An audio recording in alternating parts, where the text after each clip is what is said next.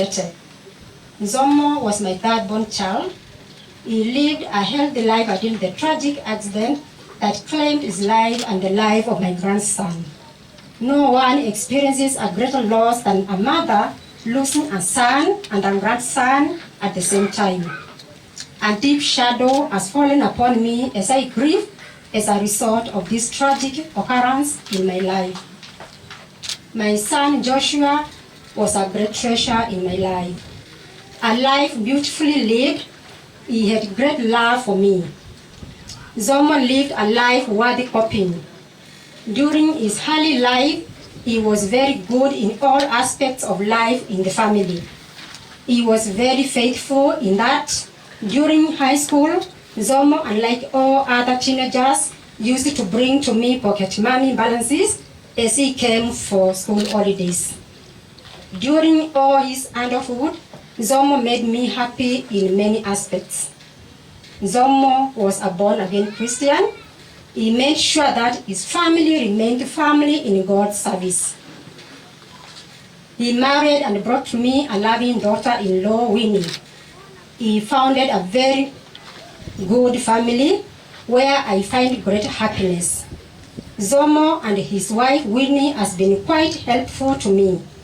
For the long period of my ill health, he has been able and very willing to ensure the best choice of hospitals and the best doctors and nurses to take care of me. I request you all to pray for me, for God to comfort me and give me His grace and peace.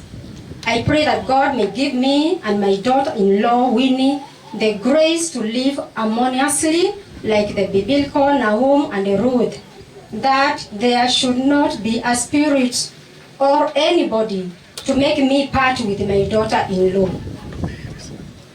May God take divine care of my beloved grandson, Mbooni. He is an important part of the foundation of my future life. I believe that God saved his life from the accident with a main purpose. May God rest my beloved son Nzomo and my beloved grandson Mouwo in eternal peace. Amen. Amen. Nzomo was, as you have heard, very hardworking, very innovative, and when you go to his home, you will find evidence to that. He was he had also a very good relationship with his employees. I have seen the companies that he worked in. I've seen Mr. Pius Kidhome, his former boss. Pingatons is here. Muleis have been there since we started this. The directors have been there. SEO, Pia, the director, Georgina Ndolo is here, and his employees. They have been very supportive. So although I was not giving a vote of thanks, I felt it is important to mention that because the neighbors have been very supportive. Also, tunasema mwendelee na kutusupport kwa maombi. Msiepe, let's support Winfred and the miracle boy, Bewin. Thank you. It is titled The Father's Tribute to son Joshua Nzomo and grandson Travis Mouwo. Joshua Nzomo is my third-born son. Nzomo lived a healthy life throughout his 44 years of life before the fatal accident. His late son, Travis Mouwo, is my grandson. I am burying them today, wondering greatly why a father should bury his son, but not vice versa. And the pain hurts much more when death takes away even a grandson. Joshua's life was a blessing to us all in the nuclear and extended Silas family. The life of Mouwo beckoned great treasure in the family future, and like a growing shoot, gave hope for great achievement. Nzomo is going down with all his expertise and innovative mind. And the pain hurts much more when I find I had to lose my grandson, Travis Mouo, too. Truly I say, calamity is bad. It has befallen me. It has taken away all my strength and treasure. My love for my son and grandson cannot be replaced easily. Joshua's life was a great blessing to us, kin and kith. He will be missed beyond measure. Travis Mouo is my grandson, whom I loved greatly because he lived a beautiful life among us. A very bright and innovative child who triumphs very easily. Future hope for us. The absence of Nzomo and Travis in the family has left us with a deep void that cannot be filled with the memories alone. It can only be carpeted down by divine intervention. We are finding it still quite difficult to find consolation.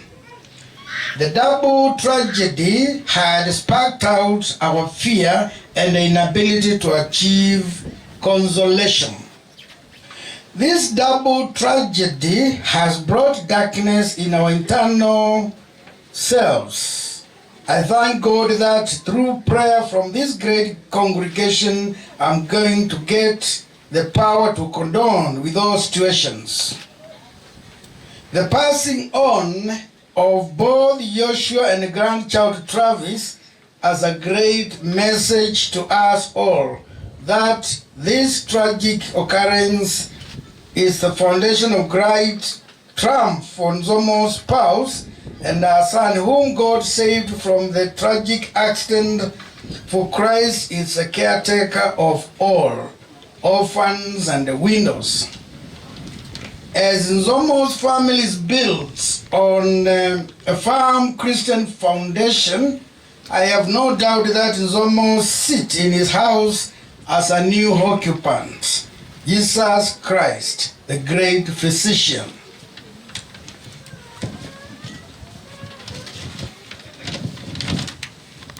Ni kweli hii changamoto ya ajali za barabarani imekuwa kubwa kwa sababu mwaka huu peke yake zaidi ya watu 4,000 wamepoteza maisha yao kwa barabara. Wiki mbili ambazo zimepita zaidi ya watu 30 pia wamepoteza maisha yao. Lakini kama tume ambayo imetwikwa majukumu ya kuondoa ufisadi Kenya imeweza kuidentify corruption kama one of the leading challenges, one of the leading causes of road accidents.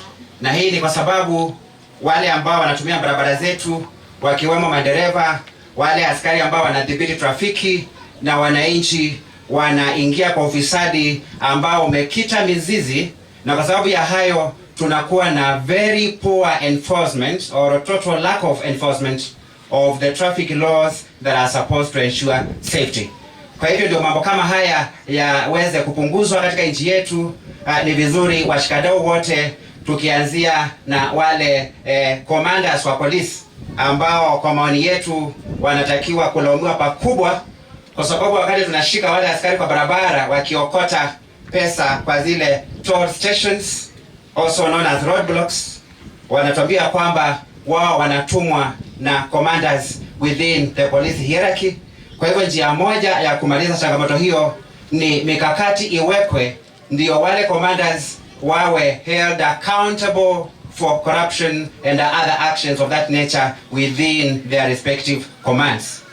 Hivi majuzi His Lordship Justice Maranga, jaji mkuu mstaafu, alipeana ripoti kwa rais ya ile National Task Force on Police Reforms, na imepeana mikakati mwafaka ya kumaliza janga hili la ufisadi kwa barabara, kwa sababu linaendelea kusababisha kupotea kwa maisha. Tungependa ripoti hiyo iweze kuwa prioritized aswa katika upande huo wa kuondoa ufisadi barabarani.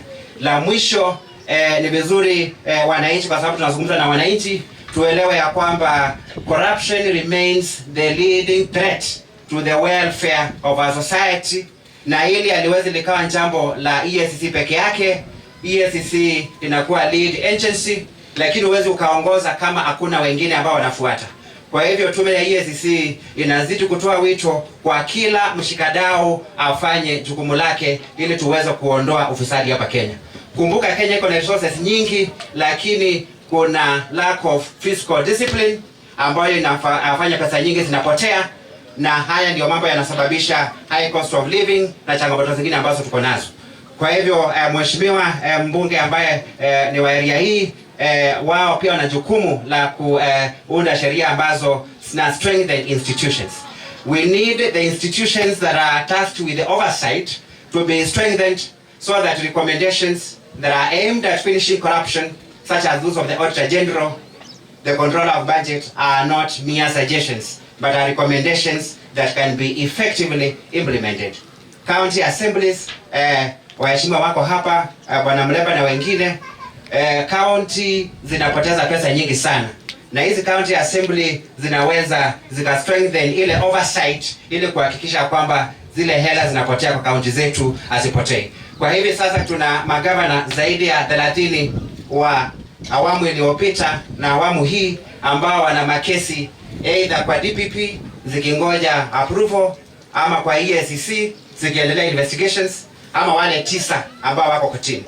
Na kwa sababu kesi hizi zinahusu billions or hundreds of millions, that tells you the magnitude of corruption in our country. Kwa hivyo kila mtu afanye jukumu lake ili tuweze kumaliza janga hili. Wanahabari, yale maswali mengine kwa sababu hayana uhusiano na yale tunazungumza haya hapa, tunaweza mkaniulizia kule nje. Asante.